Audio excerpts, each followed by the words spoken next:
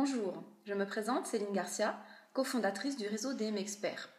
Voici une nouvelle vidéo de DM Expert qui, comme les précédentes, n'excédera pas 15 minutes. Aujourd'hui, le thème de ma présentation sera le suivant, le cycle de vie des logiciels selon la norme EN 62304.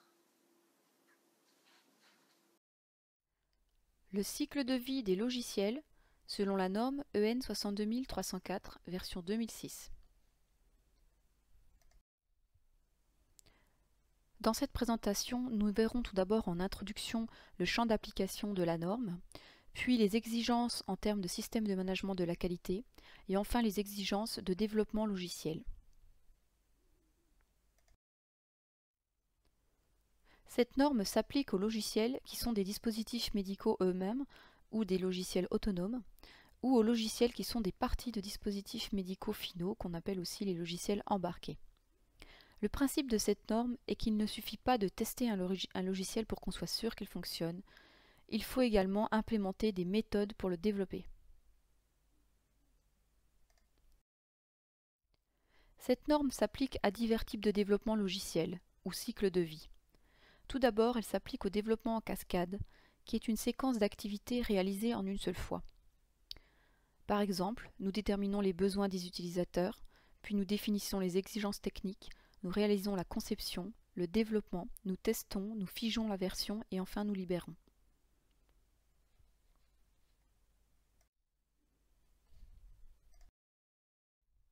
Cette norme s'applique également au cycle en V, qui est une amélioration du développement en cascade. Ce cycle en V a deux branches, une branche descendante qui va de l'analyse des besoins et de la faisabilité jusqu'au codage, et une branche ascendante qui va du codage jusqu'à la phase finale de recette.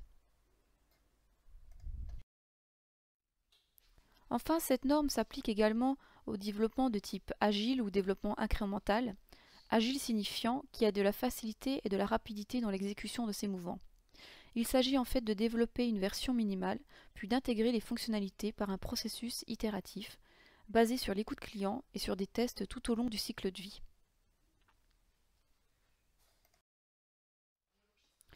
Cette norme comporte de nombreux avantages. Elle est notamment reconnue à l'international, en Europe, aux États-Unis ou au Canada par exemple. De plus, pour l'Europe, c'est une norme qui est harmonisée. Elle donne donc présomption de conformité à la directive 93/42/CE. Celle-ci a donc un impact pour l'obtention de votre marquage CE.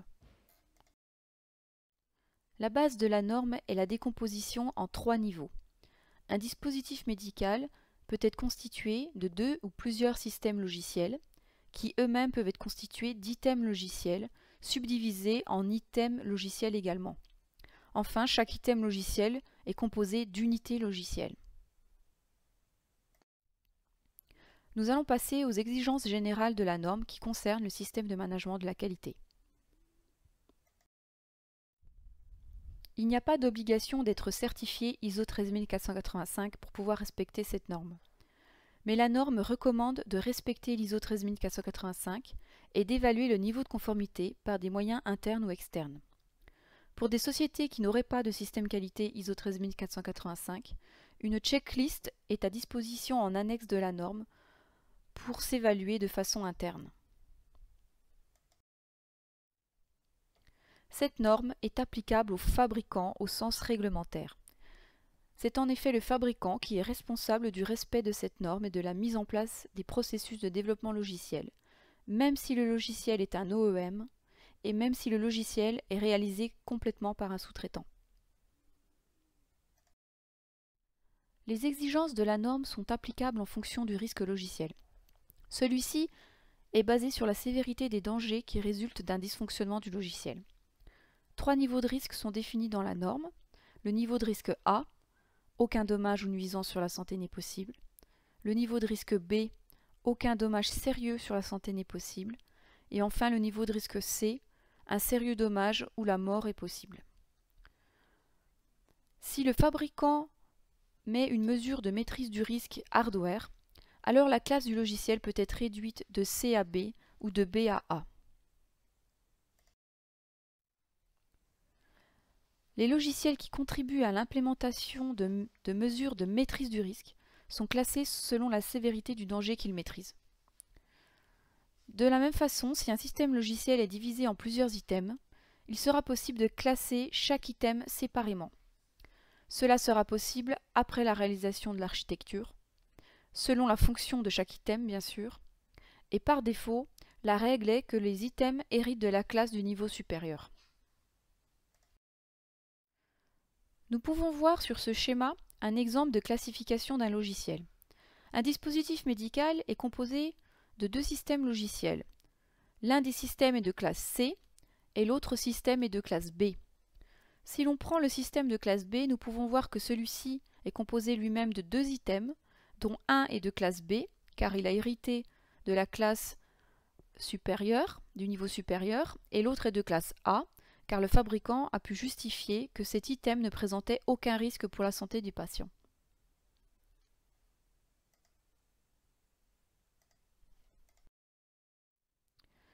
La classification des logiciels doit bien sûr être justifiée pour chaque item et enregistrée.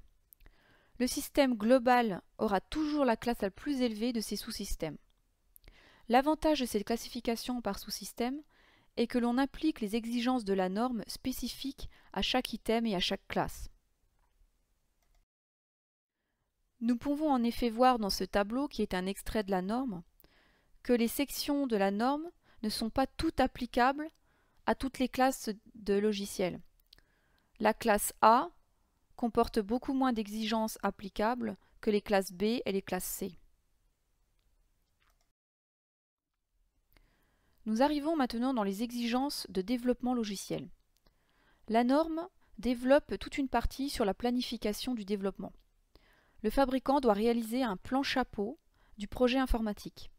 Ce plan appellera tous les autres plans et tous les autres plans y feront référence. Ce plan est souvent rédigé par le chef de projet, vérifié par le service qualité et approuvé par le supérieur hiérarchique du chef de projet. Ce plan de développement logiciel devra décrire, par exemple, les moyens nécessaires à la réalisation du projet, l'organisation humaine de l'équipe, la description du contexte, la description des différentes phases du projet, la description des différentes phases du développement, les contraintes normatives qui peuvent être appliquées, les contraintes de sécurité et les relations avec les fournisseurs. Ensuite, le fabricant devra réaliser l'analyse des exigences du logiciel. Cette analyse est essentielle pour déterminer les fonctions à développer, les comportements acceptables pour les futurs tests, pour déterminer si le système logiciel final sera prêt à l'utilisation, et cette analyse doit permettre de définir pour chaque spécification une identification unique. L'objectif étant d'avoir une traçabilité avec les spécifications techniques, puis les tests. Par exemple, une numérotation pourra être appliquée pour chaque exigence logicielle, numéro 1, numéro 2, et pour chaque exigence associée. De plus, chaque exigence doit être énoncée clairement pour qu'un critère objectif soit défini pour les tests. Nous pouvons également trier les catégories d'exigences, par exemple en mettant en premier les fonctionnalités demandées, ensuite les exigences en termes de performance, de sécurité, d'aptitude et d'interface, de maintenance et de ressources. Nous pouvons également grouper les exigences par module, avec par exemple un module numéro 1 qui comprendrait des fonctions, elles-mêmes divisées en sous-fonctions. Une fois ces exigences définies, le fabricant doit établir la conception architecturale du logiciel. Celle-ci permet de définir les composants structuraux majeurs du logiciel, leurs propriétés ainsi que la relation entre eux. En effet, il est impossible de savoir si un logiciel est sûr si les relations entre ses composants ne sont pas connues. Cette conception sera complète lorsque toutes les exigences logicielles peuvent être implémentées à travers les items logiciels identifiés. Le lien entre exigences logicielles et items doit être clair. Bien sûr, l'architecture logicielle doit être revue et validée avant le début du développement. Cette conception architecturale servira de base pour la classification du logiciel. Elle devra décrire de manière symbolique et schématique les différents éléments d'un ou de plusieurs systèmes informatiques, leurs interrelations et leurs interactions. Cette architecture décrit le comment faire, alors que les exigences logicielles décrivent le quoi faire. Il est très important de respecter la traçabilité demandée dans la norme. Il y a une traçabilité bidirectionnelle. Tout d'abord une traçabilité verticale, qui est la traçabilité qui descend dans la branche du V puis qui remonte pour arriver à la validation. Par exemple, nous partons de la description fonctionnelle jusqu'à la conception, à l'implémentation et à l'intégration. Et puis il y a une traçabilité horizontale qui va relier les deux branches du V.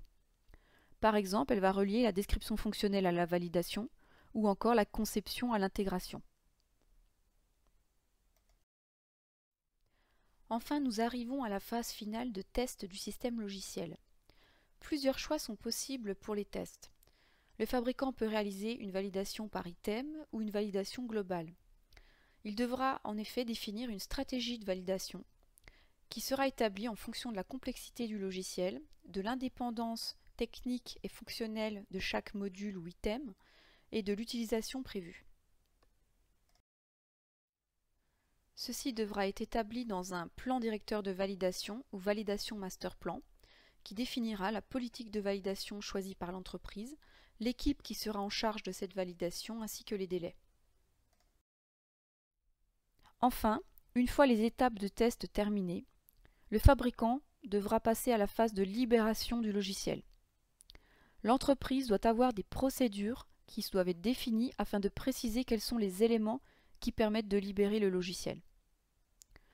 L'objectif est de s'assurer que c'est uniquement une version validée qui a suivi la procédure de développement logiciel et qui a passé avec succès toutes les étapes de test qui sera libérée. Toute la documentation associée au cycle de développement doit être complétée à ce stade.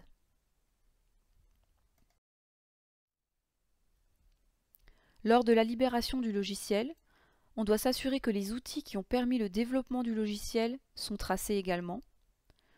Cette libération du logiciel peut être faite uniquement lorsqu'on a fait la revue de validation finale du projet ou en même temps. Et enfin, il faudra prévoir un mode de libération des modifications logicielles également. Une fois le dispositif sur le marché, la norme indique qu'il faut appliquer un processus de maintenance. En effet, le processus de maintenance va permettre la correction de défauts existants après la livraison, par exemple la réalisation d'une phase de debug, les modifications qui vont améliorer la performance du logiciel, l'adaptation à un environnement changeant, par exemple à une obsolescence des composants ou à un système d'exploitation qui va être modifié. Également, la tenue à jour de la documentation est très importante pendant cette phase de maintenance. Et cette phase de maintenance va également permettre la tenue à jour des cours de formation pour l'utilisateur. Il faut bien sûr que le manuel d'utilisation soit toujours à jour avec la version du logiciel. Pour en savoir plus, vous pouvez nous contacter à l'adresse contact@dm-expert.fr. Et pour être informé des futures mises en ligne des vidéos de DM Expert, abonnez-vous gratuitement au flash de DM Expert sur le site www.dm-expert.fr. Merci pour votre attention.